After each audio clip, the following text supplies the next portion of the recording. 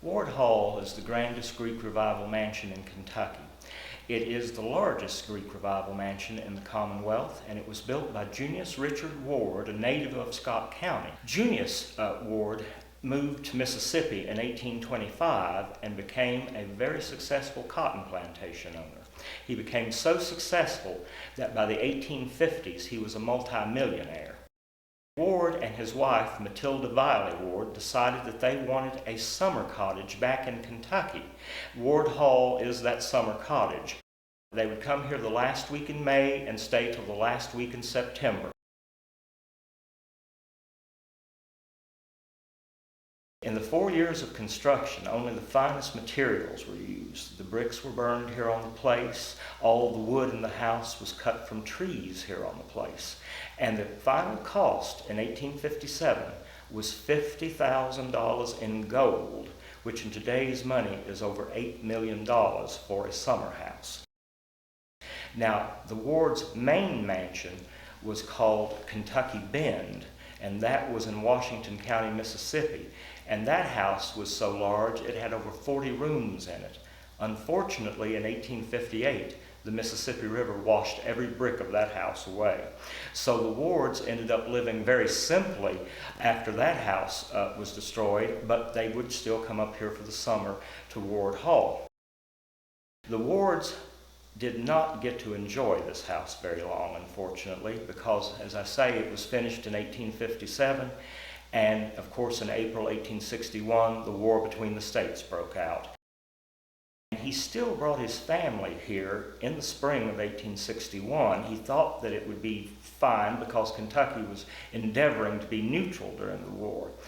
However, Ward's son, Junius Jr., joined the Confederate Army here in Kentucky, and when Union forces began to dominate the area, the court system indicted Junius Jr. for high treason and would have shot or hanged him if they could have caught him.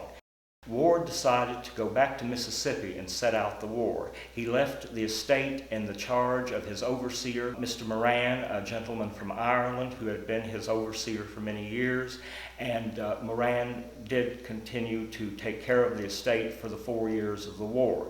Now, when Ward went back to Mississippi, he was known as a very generous man, and a lot of his friends and relatives had been negatively impacted by the war and were in need of money. Ward was rich, and he freely gave money to people. He signed notes for people, never expecting to have to, be paid back because he did have a lot of money. But then he took the rest of his millions and invested them in Confederate war bonds. And of course, in April of 1865, the war bonds were not worth the paper they were written on, and Junius Ward found himself in a very peculiar condition. Financially, he was ruined.